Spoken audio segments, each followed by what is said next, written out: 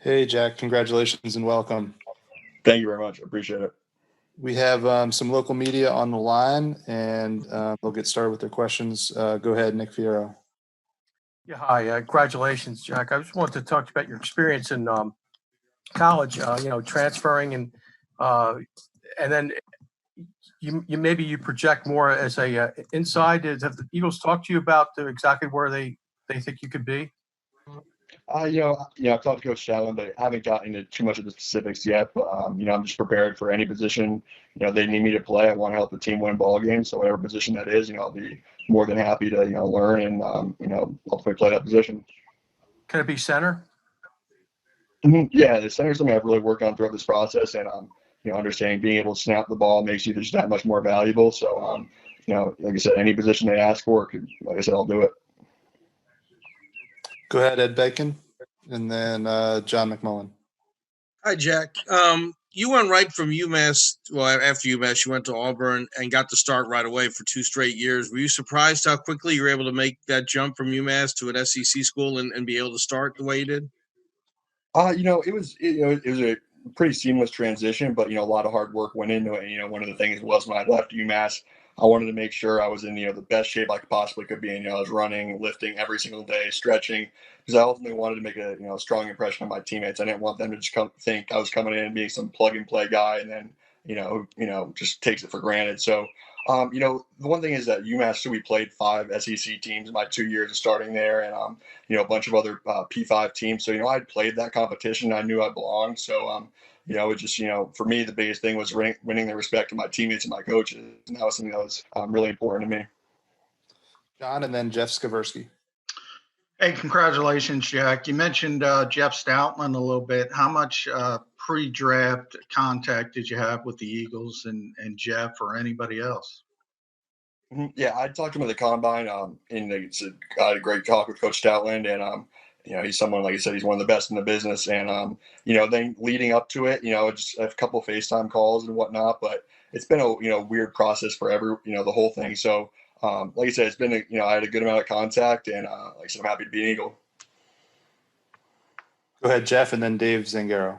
Hey, congratulations. Welcome to the Philadelphia Eagles. Wanted to ask you, how much do you know about Philadelphia and what it takes to be successful with the Eagles in this town? I know your dad played in the NFL.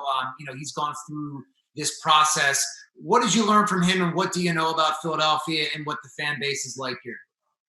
Yeah, I mean, I grew up kind of near Philly, not too close, but so I understand that the Philly fans are the best in the NFL, and that's no question about that. They're passionate, and that's something that look, I want to earn their respect and play well, and the Philadelphia Eagles are an incredible organization. They're one of the most respected in the NFL, if not the most respected. So I'm so honored to be able to play for this organization, and for them to take a chance on me truly means a lot. And yeah, I'm excited. My dad, one thing he just stresses, keep your head down and work. You got to earn it's kind of cool. I kind of have a leg up in the sense that, I had to go earn the respect of my teammates from Auburn, from UMass. And it's going to be similar now, be the new guy in the room and, the youngest guy, just keep my head down and, prove to the fans that, I belong to be that, that it was a great choice for them, and, prove to my teammates that I can contribute and help the team win ball games. Go ahead, Dave, and then Les Bowen. Hey, Jack, what led to you trying to learn the center position recently? Was that a suggestion from somebody? Mm-hmm. I had talked to my O-line coach at Auburn, Coach J.B. Grimes, and we had an offensive analyst, Coach Kendall Simmons, who played for the Steelers for 9 years, and they both just said to me, look, like, you might be able to play tackle in the NFL, and you probably can, but at the same time, like, look, a lot of teams will see you as an interior guy, center and guard, and like, the more you can do, the more valuable you are to a team. If you can only play one position, you're not really that valuable. But being able to snap and being able to set and stuff at center is huge, and it's something that look, like I said, I wanted to create the most value I could, and show a team that I'm worthy of one of their draft picks, and that's why I said I worked really hard on the center position and snapping and just making sure I got it down. Go ahead, Les, and then open it up to anyone else. Hey, Jack, that was kind of what I was going to ask, actually, but I thought I'd think of something else here. Have you studied, you mentioned that Stoutland's one of the best in the business. Do you know much about what the Eagles do with the O-line and how, the zone blocking and so forth? Are you familiar with those concepts? hmm Yeah, and that's one thing that was great. At my time at UMass, we had Coach Mark Whipple, who was a coach for the Eagles a while back, and been around the NFL a lot. So I understand the pro style, and I might not know all their calls and terminology right now, but at the end of the day, it's all pretty similar. So it's something that I try to watch NFL film on my iPad that I still have from Auburn every day, and just watch their schemes. And so I've watched the Eagles quite a few times, and kind of just trying to understand what their calls are, how they're IDing stuff. Just that way, when it's time to ultimately play, it's just I already have a leg up. Zach Berman. Hey Jack, I know sometimes classroom intelligence and football intelligence are different things, but you obviously have an MBA. You were a Campbell Trophy finalist. How does that type of intelligence, that type of background help you on the football field? It helps because especially at O line, it's such a people a lot of fans don't realize, but it takes so much, not only physical toughness but mental toughness and mental discipline, because one little shift in the defense and the whole blocking scheme can change, and audibles and checks and all that and kills. So it's something that it really helps, and being able to be a fast learner and pick things up quickly just makes it that much easier. Especially I'm gonna have to come in and learn a new offense, so also, having the study habits I have from, my master's, earning my master's and my undergrad will just help me kind of understand, for me, how I learn, and, what the best way for me to do that is. So, yeah, they definitely help. And like you said, it doesn't necessarily mean just because you're smart off the field that you're going to be a smart football player. But, like I said, for me, I think it translates, and something I'm really looking forward to learning in the new system. Dave Zingaro and then Howard. Hey, Jack, the Eagles have 3 Pro Bowlers on their line right now, a first-round pick from last year. Have you spent time watching any of those guys? Mm-hmm. Yeah, I mean, Lane Johnson's someone I've always really watched, and he's someone I've tried to pattern some of my game after. He's a tremendous player, and someone I'm looking forward to getting to work with. And yeah, they're all great players, and it's just when you see someone like those guys who have had that much success, you watch them and say, okay, what are they doing? How are they blocking this type of pass rush, or what are they doing on this run blocking that makes them so successful? So I always try to watch the best players in the league, and the Eagles clearly have some of the best up front. And like I said, I'm excited to get to work in that room.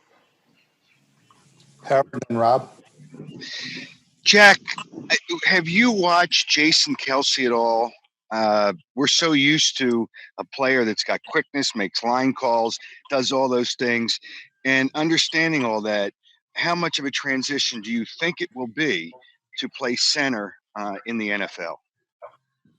It'll be a little transition just because I've never played, in games or whatnot. But, I'm confident that, with the help from Coach Stoutland, and that, he'll help me become the best center I can possibly be. And, one thing is I love to be coached, and I love to learn. So I'm excited for the new challenge. I'm excited to play a position that the Eagles have obviously had a tremendous amount of success at. And, it's one of the reasons that that O-line has been so good. So I'm excited. There'll be a little learning curve, but like I said, I'm eager to learn. I really want to be coached. Go ahead, Rob. Hey, Jack. Welcome to Philly. Question for you. So we were talking with Andy Weidel about this in a pre-draft interview, and he acknowledged how the maturity of players and character of players is going to be so important now because there's likely not going to be a rookie mini camp, and some of the mini camps could be delayed. The situation we all face.